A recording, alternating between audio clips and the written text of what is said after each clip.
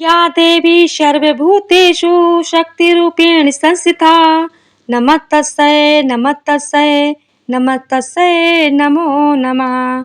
जय माता दी।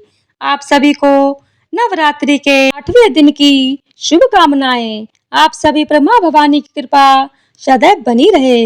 नवरात्रि के 8वें दिन माँ महागौरी का पूजन किया जाता है।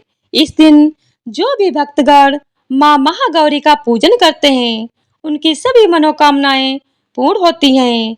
तो आज की वीडियो में हम सुनेंगे दुर्गा सप्तशती पाठ का अंतिम अध्याय। अब तक आपने हमारे चैनल पर श्री दुर्गा सप्तशती पाठ 1 से लेकर 13 तक के सभी अध्याय सुने हैं। अब मैं जो पाठ सुनाने वाली हूँ ये दुर्गा सप्तशती के अंतिम अध्याय हैं, जिनके बिना श्री दुर्गा सप्तशती पाठ अधूरा माना जाता है। और ये पाठ है देवी सूक्त, प्रधानिक रहस्य, वैकृतिक रहस्य, मूर्ति रहस्य, सिद्धि कुंजी का स्रोत और क्षमा प्रार्थना। साथ ही सुनेंगे आप सब आरती। तो आप सभी लोग वीडियो में बने रहिएगा और वीडियो को पूरा जरूर देखिएगा। वीडियो शुरू करने से पहले माँ चंडिका का ध्यान करते हैं। ओम चंडिकाय नमः। तो आइए माता रानी का ध्यान करते हुए वीडियो को शुरू करते हैं। जो सिंह की पीठ पर विराजमान है, जिनके मस्तक पर चंद्रमा का मुकुट है, जो मरकत मणि के समान कांति वाली अपनी 4 भुजाओं में शंख चक्र धनुष और बाण धारण करती हैं, 3 नेत्रों से सुशोभित होती हैं, जिनके भिन्न भिन्न अंग बांधे हुए बाजूबंद, हार कंगन, खनखनाती हुई करधनी और रुंझुन करते हुए नुपुरों से विभूषित हैं, तथा जिनके कानों में रत्न जड़ित कुंडल झिलमिलाते रहते हैं। वे भगवती दुर्गा हमारी दुर्गति दूर करने वाली हैं। महर्षि अम्भृण की कन्या का नाम वाक था। वह बड़ी ब्रह्मज्ञानिनी थी। उसने देवी के साथ अभिन्नता प्राप्त कर ली थी। उसी के ये उद्गार हैं। मैं सच्चिदानंदमयी सर्वात्मा देवी रुद्र, वसु, आदित्य तथा विश्व देवगणों के रूप में विचरती हूँ। मैं ही मित्र और वरुण दोनों को, इंद्र और अग्नि को तथा दोनों अश्विनी कुमारों को धारण करती हूँ। मैं ही शत्रुओं के नाशक आकाशचारी देवता सोम को, त्वष्टा प्रजापति को तथा पूषा और भग को भी धारण करती हूँ। जो हविष्य से संपन्न हो, देवताओं को उत्तम हविष्य की प्राप्ति कराता है तथा उन्हें सोमर रस के द्वारा तृप्त करता है। उस यजमान के लिए मैं ही उत्तम यज्ञ का फल और धन प्रदान करती हूँ। मैं संपूर्ण जगत की अधीश्वरी, अपने उपासकों को धन की प्राप्ति कराने वाली, साक्षात्कार करने योग्य ब्रह्म को अपने से अभिन्न रूप में जानने वाली तथा पूजनीय देवताओं में प्रधान हूँ। मैं प्रपंच रूप से अनेक भावों में स्थित हूँ। संपूर्ण भूतों में मेरा प्रवेश है। अनेक स्थानों में रहने वाले देवता जहाँ कहीं जो कुछ भी करते हैं वह सब मेरे लिए करते हैं। जो अन्न खाता है वह मेरी शक्ति से ही खाता है, क्योंकि मैं ही भोक्तृ शक्ति हूँ। इसी प्रकार जो देखता है, जो सांस लेता है तथा जो कही हुई बात सुनता है, वह मेरी ही सहायता से उक्त सब कर्म करने में समर्थ होता है। जो मुझे इस रूप में नहीं जानते, वे न जानने के कारण ही दीन दशा को प्राप्त होते हैं। हे बहुश्रुतु, मैं तुम्हें श्रद्धा से प्राप्त होने वाले ब्रह्म तत्व का उपदेश करती हूँ। सुनो, मैं स्वयं ही देवताओं और मनुष्यों द्वारा सेवित इस दुर्लभ तत्व का वर्णन करती हूँ। मैं जिस जिस पुरुष की रक्षा करना चाहती हूँ उसको सबकी अपेक्षा अधिक शक्तिशाली बना देती हूँ। उसी को सृष्टिकर्ता ब्रह्मा, परोक्ष ज्ञान संपन्न ऋषि तथा उत्तम मेधा शक्ति से युक्त बनाती हूँ। मैं ही ब्रह्मदेशी हिंसक असुरों का वध करने के लिए रुद्र के धनुष को चढ़ाती हूँ। मैं ही शरणागत जनों की रक्षा के लिए शत्रुओं से युद्ध करती हूँ तथा अंतर्यामी रूप से पृथ्वी और आकाश के भीतर व्याप्त रहती हूँ।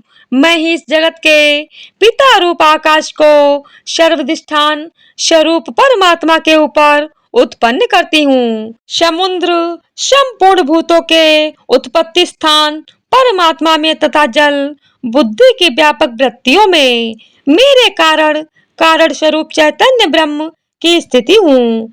अतएव मैं समस्त भुवनों में व्याप्त रहती हूँ तथा उस स्वर्ग लोक का भी अपने शरीर से स्पर्श करती हूँ। मैं कारण रूप से जब समस्त विश्व की रचना आरंभ करती हूँ तब दूसरों की प्रेरणा के बिना स्वयं ही वायु की भांति चलती हूँ। स्वेच्छा से ही कर्म में प्रवृत्त होती हूँ। मैं पृथ्वी और आकाश दोनों से परे हूँ। अपनी महिमा से ही मैं ऐसी हूँ। देवता बोले, देवी को नमस्कार है। महादेवी शिवा को सर्वदा नमस्कार है। प्रकृति एवं भद्रा को प्रणाम है। हम लोग नियम पूर्वक जगदम्बा को नमस्कार करते हैं। रौद्रा को नमस्कार है। नित्या गौरी एवं धात्री को बारंबार नमस्कार है। ज्योत्स्नामयी चंद्र रूपिणी एवं सूक्ष्म रूपा देवी को शत शत प्रणाम है। शरणागतों का कल्याण करने वाली वृद्धि एवं सिद्धि रूपा देवी को हम बारंबार नमस्कार करते हैं। नेत्रति राक्षसों की लक्ष्मी, राजाओं की लक्ष्मी तथा शर्वाणी शिव पत्नी स्वरूपा आप जगदम्बा को बारंबार नमस्कार है। दुर्गा दुर्ग पारा दुर्गम संकट से पार उतारने वाली सारा सबकी सारभूता सर्व कारिणी ख्याति कृष्णा और धूम्रा देवी को सर्वदा नमस्कार है। अत्यंत सौम्य तथा अत्यंत रौद्र रूपा देवी को हम नमस्कार करते हैं। उन्हें हमारा बारंबार प्रणाम है। जगत की आधारभूता कृति देवी को बारंबार नमस्कार है। जो देवी सब प्राणियों में विष्णु माया के नाम से कही जाती हैं, उनको नमस्कार है। उनको नमस्कार, उनको बारंबार नमस्कार। जो देवी सब प्राणियों में चेतना कहलाती हैं, उनको नमस्कार, उनको बारंबार नमस्कार। जो देवी सब प्राणियों में बुद्धि रूप से स्थित हैं, उनको नमस्कार, उनको बारंबार नमस्कार। जो देवी सब प्राणियों में निद्रा रूप से स्थिति हैं, उनको नमस्कार, उनको बारंबार नमस्कार। जो देवी सब प्राणियों में क्षुधा रूप से स्थित हैं, उनको नमस्कार, उनको बारंबार नमस्कार। जो देवी सब प्राणियों में छाया रूप से स्थित हैं, उनको नमस्कार, उनको बारंबार नमस्कार। जो देवी सब प्राणियों में शक्ति रूप से स्थित हैं, उनको नमस्कार, उनको बारंबार नमस्कार। जो देवी सब प्राणियों में तृष्णा रूप से स्थित हैं, उनको नमस्कार, उनको बारंबार नमस्कार। जो देवी सब प्राणियों में शांति क्षमा रूप से स्थित है, उनको मेरा बारंबार नमस्कार है। जो देवी सब प्राणियों में जाति रूप से स्थित है, उनको नमस्कार, उनको बारंबार नमस्कार। जो देवी सब प्राणियों में लज्जा रूप से स्थित है, उनको नमस्कार, उनको बारंबार नमस्कार। जो देवी सब प्राणियों में शांति रूप से स्थित है, उनको नमस्कार, उनको बारंबार नमस्कार। जो देवी सब प्राणियों में श्रद्धा रूप से स्थित हैं, उनको नमस्कार, उनको बारंबार नमस्कार। जो देवी सब प्राणियों में कांति रूप से स्थित हैं, उनको नमस्कार, उनको बारंबार नमस्कार। जो देवी सब प्राणियों में लक्ष्मी रूप से स्थित हैं, उनको नमस्कार, उनको बारंबार नमस्कार। जो देवी सब प्राणियों में वृत्ति रूप से स्थित हैं, उनको नमस्कार, उनको बारंबार नमस्कार। जो देवी सब प्राणियों में स्मृति रूप से स्थित हैं, उनको नमस्कार, उनको बारंबार नमस्कार। जो देवी सब प्राणियों में दया रूप से स्थित हैं, उनको नमस्कार, उनको बारंबार नमस्कार। जो देवी सब प्राणियों में दृष्टि रूप से स्थित हैं, उनको नमस्कार, उनको बारंबार नमस्कार। जो देवी सब प्राणियों में माता रूप से स्थित हैं, उनको नमस्कार, उनको बारंबार नमस्कार। जो देवी सब प्राणियों में भ्रांति रूप से स्थित है, उनको नमस्कार। उनको बारंबार नमस्कार। जो जीवों के इंद्रिय वर्ग की अधिष्ठात्री देवी एवं सब प्राणियों में सदा व्याप्त रहने वाली हैं, उन व्याप्ति देवी को बारंबार नमस्कार है। जो देवी चैतन्य रूप से इस संपूर्ण जगत को व्याप्त करके स्थित हैं, उनको नमस्कार है। उनको बारंबार नमस्कार है। पूर्व काल में अपने अभीष्ट की प्राप्ति होने से देवताओं ने जिनकी स्तुति की तथा देवराज इंद्र ने बहुत दिनों तक जिनका सेवन किया, वह कल्याण की साधन भूता ईश्वरी हमारा कल्याण करें और मंगल करें तथा सारी आपत्तियों का नाश कर डालें। उदंड दैत्यों से सताए हुए हम सभी देवता जिन परमेश्वरी को इस समय नमस्कार करते हैं तथा जो भक्ति से विनम्र पुरुषों द्वारा स्मरण की जाने पर तत्काल ही संपूर्ण विपत्तियों का नाश कर देती हैं, वे जगदम्बा भवानी हमारा संकट दूर करें। तो प्रेम से बोलिए जगदम्बा भवानी की जय हो। तो आइए अब हम श्रवण करते हैं प्राधानिक रहस्य। राजा बोले, भगवान आपने चंडिका के अवतारों की कथा मुझसे कही। ब्राह्मण अब इन अवतारों की प्रधान प्रकृति का निरूपण कीजिए। दूत श्रेष्ठ, मैं आपके चरणों में पड़ा हूँ। मुझे देवी के जिस स्वरूप की और जिस विधि से आराधना करनी है, वह सब यथा रूप से मुझे बतलाइए।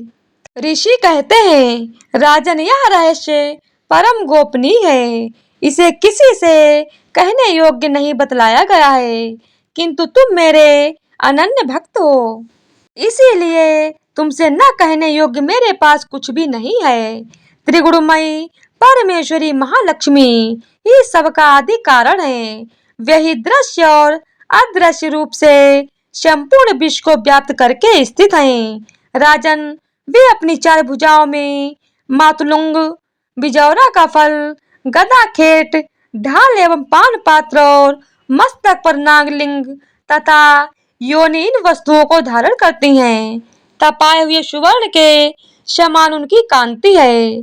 तपाए हुए सुवर्ण के ही उनके भूषण हैं। उन्होंने अपने तेज से इस शून्य जगत को परिपूर्ण किया है। परमेश्वरी महालक्ष्मी ने इस संपूर्ण जगत को शून्य देखकर केवल तमोगुण रूप उपाधि के द्वारा एक अनुत्कृष्ट रूप धारण किया। वह रूप एक नारी के रूप में प्रकट हुआ, जिसके शरीर की कांति निखरे हुए काजल की भांति काले रंग की थी। उसका श्रेष्ठ मुख दाढ़ों से सुशोभित था।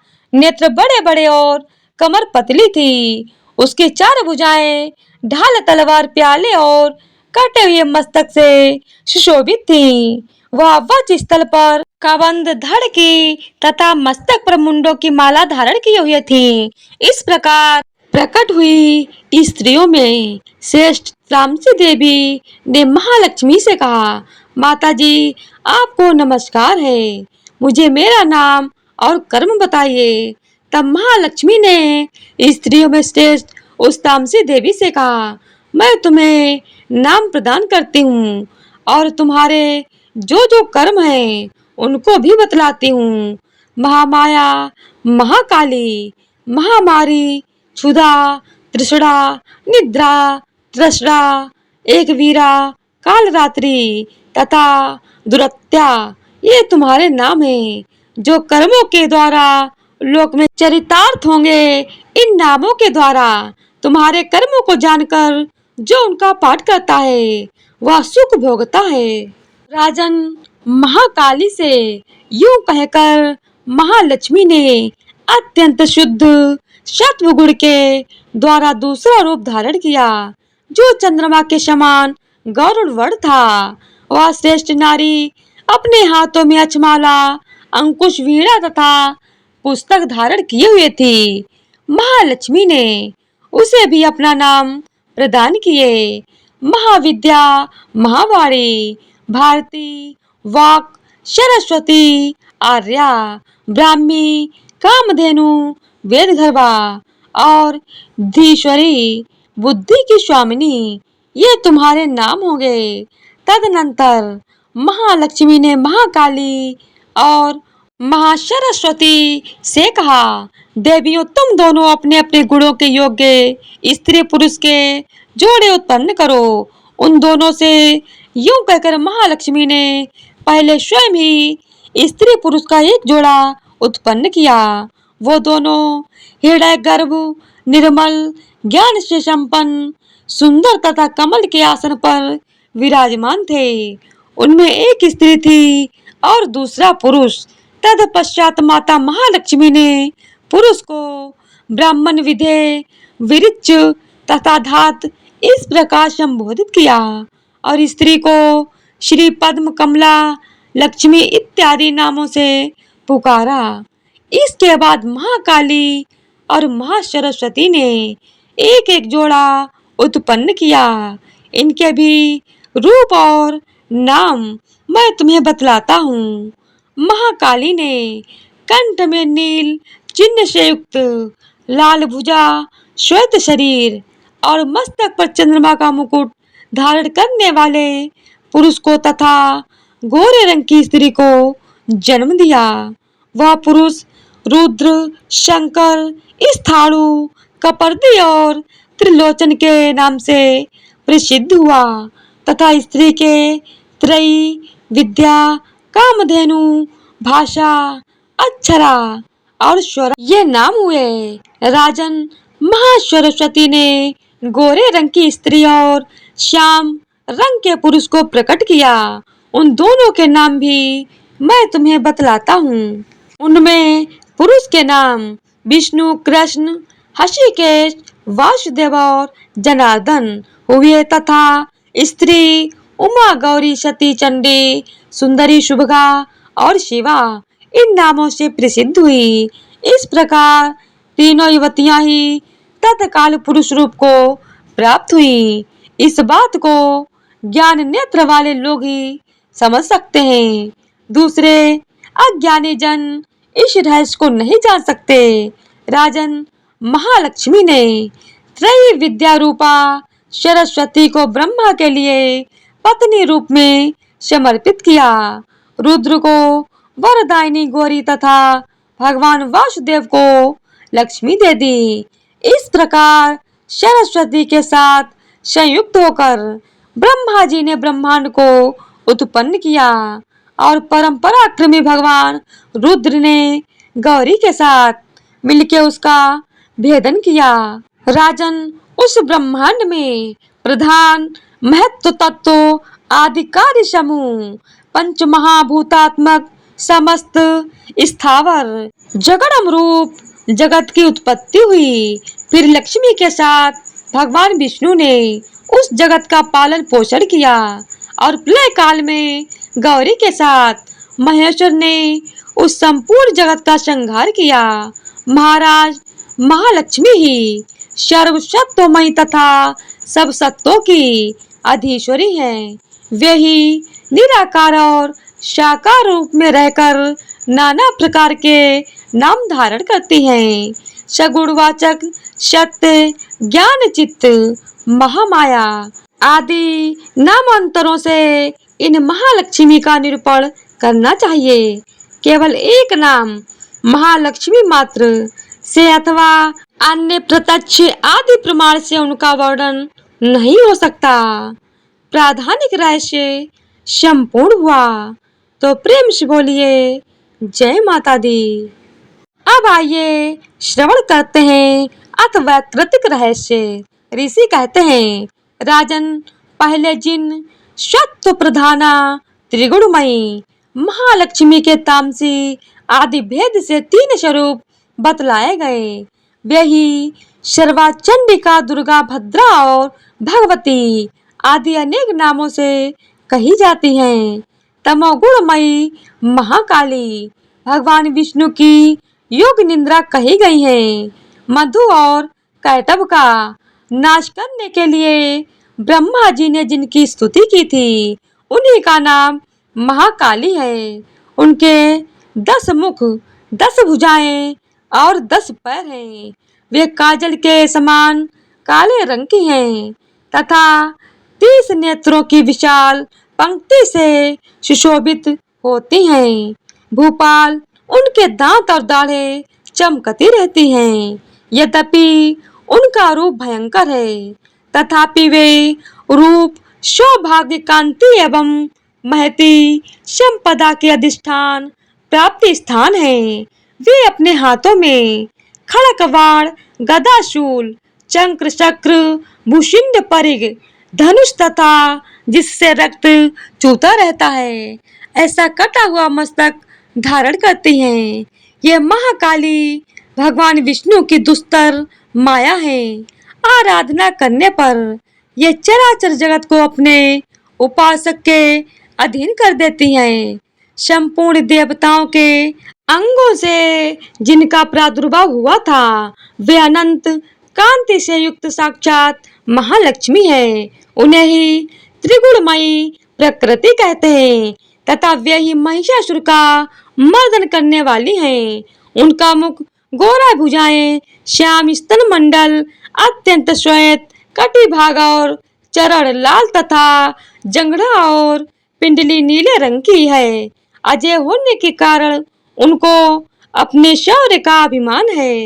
कटी के आगे का भाग बहु रंग के वस्त्र से आच्छादित होने के कारण अत्यंत सुंदर एवं विचित्र दिखाई देता है। उनकी माला, वस्त्र, आभूषण तथा अंगराग सभी विचित्र हैं। वे कांति, रूप और सौभाग्य से सुशोभित हैं। यद्यपि उनकी हजारों भुजाएं हैं, तथापि उन्हें 18 भुजाओं से युक्त मानकर उनकी पूजा करनी चाहिए। अब उनके दाहिने ओर के निचले हाथों से लेकर बाईं ओर के निचले हाथों तक में क्रमश जो अस्त्र हैं उनका वर्णन किया जाता है।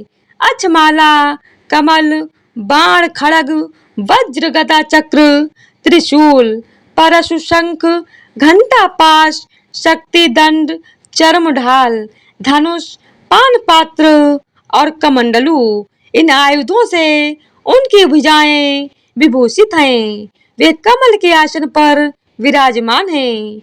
सर्वदेवमयी है तथा सबकी ईश्वरी हैं। राजन, जो इन महालक्ष्मी देवी का पूजन करता है वह सब लोकों तथा देवताओं का भी स्वामी होता है। जो एकमात्र सत्व गुण के आश्रित हो वो पार्वती जी के शरीर से प्रकट हुई थी तथा जिन्होंने शुंभ नामक दैत्य का संहार किया था वे साक्षात सरस्वती कही जाती हैं। पृथ्वी पते उनके 8 भुजाएं हैं तथा वे अपने हाथों में क्रमशः बाण, मूसल, शूल, चक्र, शंख, घंटा, हल एवं धनुष धारण करती हैं। हे सरस्वती देवी, जो निशुंभ का मर्दन तथा शुंभासुर का संहार करने वाली हैं, भक्ति पूर्वक पूजित होने पर सर्वगता प्रदान करती हैं। राजन, इस प्रकार तुमसे महाकाली आदि तीनों मूर्तियों के स्वरूप बतलाए। अब जगन्नाथ माता महालक्ष्मी की तथा इन महाकाली आदि तीन मूर्तियों की पृथक पृथक उपासना श्रवण करो। जब महालक्ष्मी की पूजा करनी हो तब उन्हें मध्य में स्थापित करके उनके दक्षिण और वाम भाग में क्रमशः महाकाली और महासरस्वती का पूजन करना चाहिए और पृष्ठ भाग में तीनों युगल देवताओं की पूजा करनी चाहिए। महालक्ष्मी के ठीक पीछे मध्य भाग में सरस्वती के साथ ब्रह्मा का पूजन करें। उनके दक्षिण भाग में गौरी के साथ रुद्र की पूजा करें तथा वाम भाग में लक्ष्मी सहित विष्णु का पूजन करें। महालक्ष्मी आदि तीनों देवियों के सामने निम्नांकित 3 देवियों की भी पूजा करनी चाहिए। मध्यस्थ महालक्ष्मी के आगे मध्य भाग में 18 भुजाओं वाली महालक्ष्मी का पूजन करें। उनके वाम भाग में 10 मुखों वाली महाकाली तथा दक्षिण भाग में 8 भुजाओं वाली महासरस्वती का पूजन करें। राजन, जब केवल 18 भुजाओं वाली महालक्ष्मी का अथवा 10 मुखी काली का या अष्टभुजा सरस्वती का पूजन करना हो तब सब अरिष्टों की शांति के लिए इनके दक्षिण भाग में कालकी और वाम भाग में मृत्यु की भी भली भांति पूजा करनी चाहिए। जब शुंभासुर का संहार करने वाली अष्टभुजा देवी की पूजा करनी हो तब उनके साथ उनकी 9 शक्तियों का और दक्षिण भाग में रुद्र एवं वाम भाग में गणेश जी का भी पूजन करना चाहिए। ब्राह्मी, महेश्वरी, कौमारी, वैष्णवी, वाराही, नारसिंही, ऐन्द्री, शिवदूती तथा चामुंडा ये 9 शक्तियां हैं। नमो दैव्य है। इस स्तोत्र से महालक्ष्मी की पूजा करनी चाहिए तथा उनके 3 अवतारों की पूजा के समय उनके चरित्रों में जो स्तोत्र और मंत्र आए हैं उन्हीं का उपयोग करना चाहिए। 18 भुजाओं वाली महिषासुर मर्दिनी महालक्ष्मी ही विशेष रूप से पूजनीय है क्योंकि वे ही महालक्ष्मी, महाकाली तथा महासरस्वती कहलाती हैं। वे ही पुण्य पापों की अधीश्वरी तथा संपूर्ण लोकों की महेश्वरी हैं। जिसने महिषासुर का अंत करने वाली महालक्ष्मी की भक्ति पूर्वक आराधना की है वही संसार का स्वामी है। अतः जगत को धारण करने वाली भक्त वत्सला भगवती चंडिका की अवश्य पूजा करनी चाहिए। अर्ध आदि से आभूषणों से गंध पुष्प अक्षत धूप दीप तथा नाना प्रकार के भक्ष्य पदार्थों से युक्त नैवेद्यों से रक्त सिंचित बलि से मांस से तथा मदिरा से देवी का पूजन होता है। राजन बलि और मांस आदि से की जाने वाली पूजा ब्राह्मणों को छोड़कर बताई गई है। उनके लिए मांस और मदिरा से कहीं भी पूजा का विधान नहीं है। प्रणाम। आचमन के योग्य जल, सुगंधित चंदन, कपूर तथा तांबूल आदि सामग्रियों को भक्ति भाव से निवेदन करके देवी की पूजा करनी चाहिए। देवी के सामने बाएं भाग में कटे मस्तक वाले महादैत्य महिषासुर का पूजन करना चाहिए जिसने भगवती के साथ सायुज्य प्राप्त कर लिया। इसी प्रकार देवी के सामने दक्षिण भाग में उनके वाहन सिंह का पूजन करना चाहिए जो संपूर्ण धर्म का प्रतीक एवं षड विधि से ऐश्वर्य से युक्त है। उसी ने इस चराचर जगत को धारण कर रखा है। तदनंतर बुद्धिमान पुरुष एकाग्रचित हो देवी की स्तुति करें, फिर हाथ जोड़कर तीनों पूर्वोक्त चरित्रों द्वारा भगवती का स्तवन करें। यदि कोई एक ही चरित्र से स्तुति करना चाहे तो केवल मध्यम चरित्र के पाठ से कर ले, किंतु प्रथम और उत्तर चरित्रों में से एक का पाठ ना करें। आधे चरित्र का भी पाठ करना मना है। जो आधे चरित्र का पाठ करता है उसका पाठ सफल नहीं होता। पाठ समाप्ति के बाद साधक प्रदक्षिणा और नमस्कार कर तथा आलस्य छोड़कर जगदम्बा के उद्देश्य से मस्तक पर हाथ जोड़ें और उनसे बारंबार त्रुटियों या अपराधों के लिए क्षमा प्रार्थना करें। सप्तशती का प्रत्येक श्लोक मंत्र रूप है। उससे तिल और घृत मिली हुई खीर की आहुति दें अथवा सप्तशती में जो स्तोत्र आए हैं उन्हीं के मंत्रों से चंडिका के लिए पवित्र हविष्य का हवन करें। होम के पश्चात एकाग्रचित हो महालक्ष्मी देवी के नाम मंत्रों को उच्चारण करते हुए पुनः उनकी पूजा करें। तत्पश्चात मन और इंद्रियों को वश में रखते हुए हाथ जोड़ विनीत भाव से देवी को प्रणाम करें और अंतःकरण में स्थापित करके उन सर्वेश्वरी चंडिका देवी का देर तक चिंतन करें। चिंतन करते करते उन्हीं में तन्मय हो जाएं।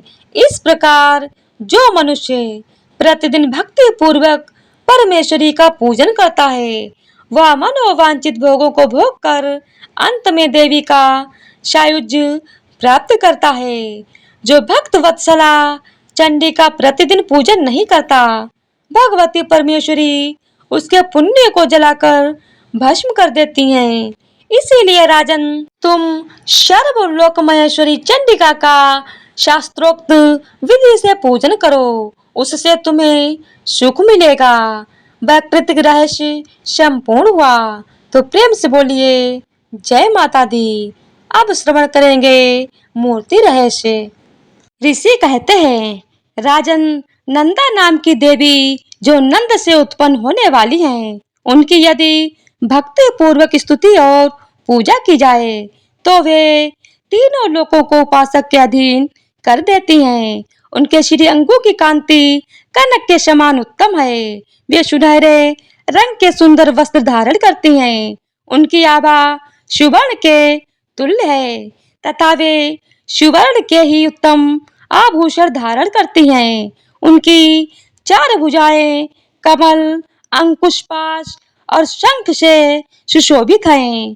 वे इंदिरा, कमला, लक्ष्मी, श्री तथा रुक्माम्बुजासना सुवर्णमय कमल के समान आसन पर विराजमान आदि नामों से पुकारी जाती हैं। निष्पाप नरेश, पहले मैंने रक्त दंतिका नाम से जिन देवी का परिचय दिया है, अब उनके स्वरूप का वर्णन करूंगा। सुनो।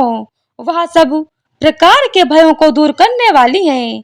वे लाल रंग के वस्त्र धारण करती हैं।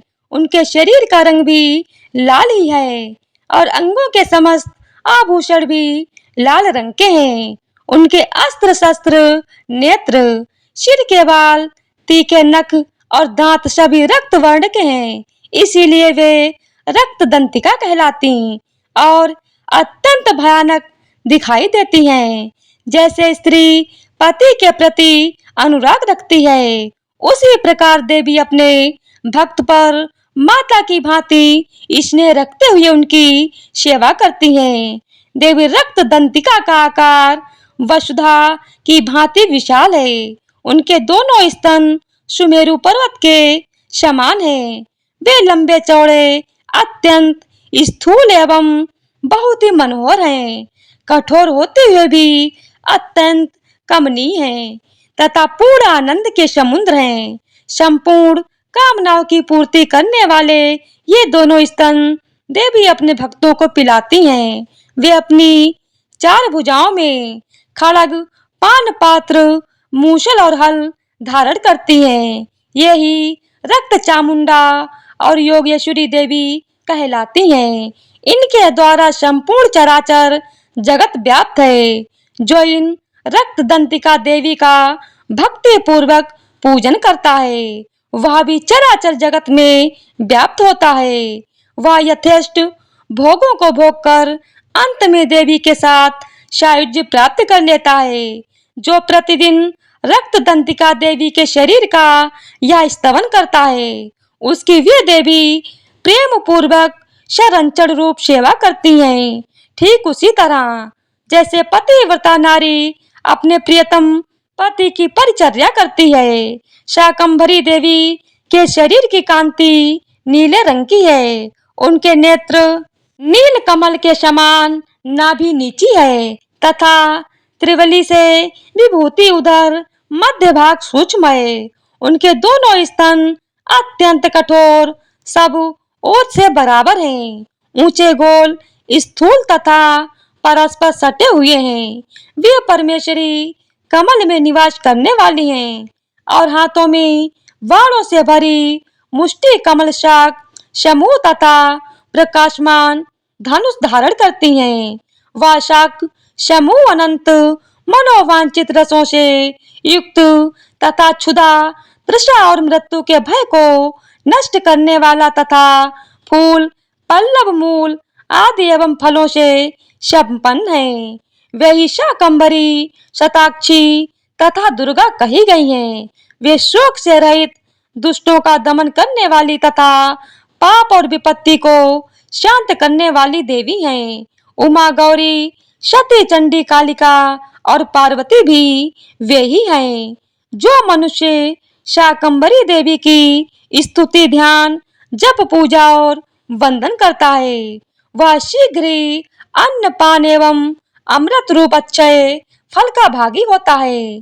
श्री भीमा देवी का वर्ण भी नील ही है। उनकी दाढ़ें और दांत चमकते रहते हैं। उनके नेत्र बड़े बड़े हैं। स्वरूप स्त्री का है। स्तन गोल गोल और स्थूल हैं। वे अपने हाथों में चंद्रहास नामक खड़ग, डमरू मस्तक और पान पात्र धारण करती हैं। वे ही एक वीरा काल रात्रि तथा कामदा कहलाती और इन नामों से प्रशंसित होती हैं। भ्रामरी देवी की कांति विचित्र अनेक रंग की है। वे अपने तेजो मंडल के कारण दुधुर्ष दिखाई देती हैं। उनका अंग राग भी अनेक रंग का है तथा वे चित्र विचित्र आभूषणों से विभूषित हैं। चित्र भ्रमण, पाणी और महामारी आदि नामों से उनकी महिमा का गान किया जाता है। राजन, इस प्रकार जगन्न माता चंडिका देवी की ये मूर्तियां बतलाई गई हैं, जो कीर्तन करने पर कामधेनु के समान संपूर्ण कामनाओं को पूर्ण करती हैं। यह परम गोपनीय रहस्य है। इसे तुम्हें दूसरे किसी को नहीं बतलाना चाहिए। दिव्य मूर्तियों का यह आख्यान मनोवांछित फल देने वाला है। इसीलिए पूर्ण प्रयत्न करके तुम निरंतर देवी के जप आराधन में लगे रहो। सप्तशती के मंत्रों के पाठ मात्र से मनुष्य 7 जन्मों में उपार्जित ब्रह्म हत्या सदृश घोर पातकों एवं समस्त कलम शेषों से मुक्त हो जाता है। इसीलिए मैंने पूर्ण प्रयत्न करके देवी के गोपनीय से भी अत्यंत गोपनीय ध्यान का वर्णन किया है, जो सब प्रकार के मनोवांछित फलों को देने वाला है। उनके प्रसाद से तुम सर्वमान्य हो जाओगे। देवी सर्व रूपमयी है तथा संपूर्ण जगत देवीमय है। अतः मैं उन विश्व रूपा परमेश्वरी को नमस्कार करती हूँ। तो इसी तरह से मूर्ति रहस्य संपूर्ण हुआ। तो प्रेम से बोलिए जय माता दी। तो आज की वीडियो अगर आप लोगों को पसंद आई हो तो वीडियो को लाइक, शेयर और चैनल को सब्सक्राइब कर दीजिएगा। धन्यवाद।